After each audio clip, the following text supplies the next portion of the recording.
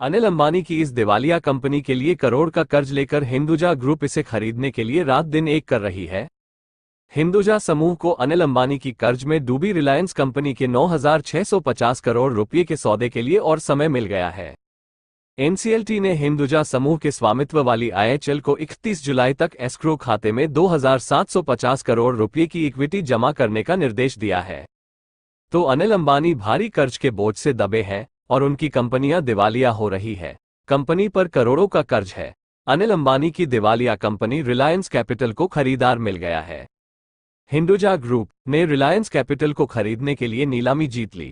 9,650 करोड़ रुपये की इस डील को पूरा करने के लिए हिंदुजा ग्रुप पैसे जुटाने की कोशिश कर रही है, लेकिन उसे बड़ा झटका लगा है। बैंकों ने उसे लोन देने से इनकार कर दिया। एक समय ऐसा भी था जब रिलायंस कैपिटल शेयर बाजार की शान हुआ करती थी। यह अनिल अंबानी को सबसे ज्यादा मुनाफा देने वाली कंपनी थी। कंपनी अपने ग्राहकों को फाइनेंस से जुड़ी करीब 20 सर्विसेज देती थी। ये लाइफ इंश्योरेंस, जनरल इंश्योरेंस और हेल्थ इंश्योरेंस से जुड़ी सर्विसेज भी देती थी। इसके अलावा ये home loan, commercial loan, equity और कमोडिटी ब्रोकिंग जैसे सेक्टर में भी सर्विसेज देती थी। साल 2008 में रिलायंस कैपिटल का शेयर 2,700 रुपये का था। अब तो इस शेयर की ट्रेडिंग भी बंद हो चुकी है। आखिरी ट्रेडिंग डे पर इस शेयर की कीमत 11.90 रुपये थी, जो साल 2008 की कीमत से 99% कम है। लेकिन आगे की खबर पर बढ़ने से पहले चैनल को सब्सक्राइब करके बेल आइकॉन दबा दीजिए, क्योंकि यह आपके लिए 1 सेकंड का काम है, लेकिन इससे हमारी काफी बड़ी मदद होती है। अंबानी एक समय दुनिया के छठे सबसे धनवान व्यक्ति थे। ये साल 2008 का वक्त था। अनिल अंबानी ने अमेरिका के वॉर्टन स्कूल से एमबीए की है। वे चर्चित उद्योगपति धीरूभाई अंबानी के छोटे पुत्र हैं। उन्होंने बॉलीवुड अभिनेत्री टीना मुनीम से शादी की और 2 साल तक राज्यसभा सदस्य रहे थे। अनिल अंबानी की company Reliance capital financial service company है। नीलामी में हिंदुजा ग्रुप की कंपनी आईआईएचएल ने इसको खरीदने के लिए सबसे बड़ी बोली लगाई, लेकिन अब वो पैसों का इंतजाम नहीं कर पा रही है। बैंकों ने इंडसइंड इंटरनेशनल होल्डिंग्स आईआईएचएल को लोन देने ने मना कर दिया है।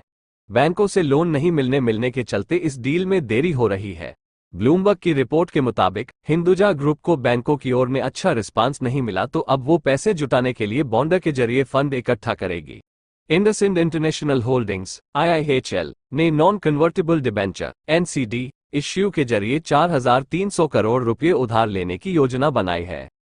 अनिल अंबानी की दिवालिया कंपनी रिलायंस कैपिटल पर 40,000 करोड़ रुपये से ज्यादा का कर्ज है। कर्ज न चुका पाने के चलते कंपनी को दिवालिया प्रक्रिया से गुजरना पड़ा है। रिलायंस कैपिटल कॉर्पोरेट दिवाला समाधान प्रक्रिया से गुजर रही है। 27 फरवरी 2024 को एनसीएलटी ने हिंदुजा समूह की सब्सिडियरी कंपनी को रिलायंस कैपिटल की खरीदारी के लिए मंजूरी दे दी थी, लेकिन उन्हें 27 मई 2024 तक अधिग्रहण पूरा करना था, जिसे वो पूरा नहीं कर सकी। कंपनी की ओर से फंड में देरी के चलते 90 दिनों का और वक्त मांगा गया है। एक वक्त था जब रिलायंस कैपिटल अनिल अंबानी की सबसे ज्यादा कमाई करने वाली कंपनी थी। कंपनी अपने ग्राहकों को फाइनेंस से जुड़ी करीब 20 सर्विसेज देती थी। रिलायंस कैपिटल के जरिए life insurance, general insurance, health insurance के अलावा home loan, commercial loan, equity और कमोडिटी ब्रोकिंग जैसे सेक्टर में सर्विसेज मिल रही थी। ये कंपनी शेयर बाजार की शान हुआ करती थी।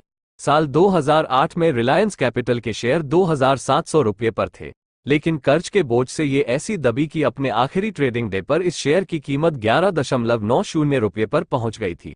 दिवालिया हो चुकी इस कंपनी के शेयर की ट्रेडिंग रोक दी गई थी। और अब हिंदुजा समूह के स्वामित्व वाली इंडसइंड इंटरनेशनल होल्डिंग्स आईआईएचएल के पास मुकेश अंबानी के भाई अनिल अंबानी की दिवालिया कंपनी रिलायंस कैपिटल के लिए समाधान योजना को लागू करने की औपचारिकताएं पूरी करने के लिए अब 18 दिन का समय और है। National company law tribunal NCLT ने आईआईएचएल को 10 अगस्त तक का समय दिया है। हालांकि जस्टिस वीरेंद्र सिंह जी बिष्ट और प्रभात कुमार की अध्यक्षता वाले ट्रिब्यूनल ने आईआईएचएल को 31 जुलाई तक एस्क्रो अकाउंट में 2,750 करोड़ रुपये का इक्विटी घटक जमा करने का निर्देश दिया है। आईआईएचएल ने ऋणदाताओं से 7,300 करोड़ रुपये उधार लेकर और इक्विटी के माध्यम से 2,750 करोड़ रुपये जुटाकर समाधान योजना को वित्तपोषित करने का प्रस्ताव रखा है। 27 फरवरी 2024 को एनसीएलटी ने रिलायंस कैपिटल के लिए हिंदुजा समूह की फर्म की 9,650 करोड़ रुपये की समाधान योजना को मंजूरी दे दी। एनसीएलटी मुंबई पीठ ने आगे निर्देश दिया कि विस्तारित अवधि के दौरान जो भी नकदी होगी वह लेनदारों की समिति सीओसी को जाएगी। 26 मई को एक आदेश में न्यायाधिकरण ने रिलायंस कैपिटल के अधिग्रहण के लिए 8,000 करोड़ रुपए का भुगतान करने की 27 मई की समय सीमा के विस्तार के लिए आईआईएचएल के आवेदन को मंजूरी दे दी। समूह ने विस्तार के कारणों के रूप में लंबित विनियामक अनुमोदन और अनुपालन आवश्यकताओं का हवाला दिया था। आईएचएल ने नीलामी में 9,661 करोड़ रुपए की सबसे अधिक नकद पेशकश की और ऋणदाता के 99% वोट हासिल किए।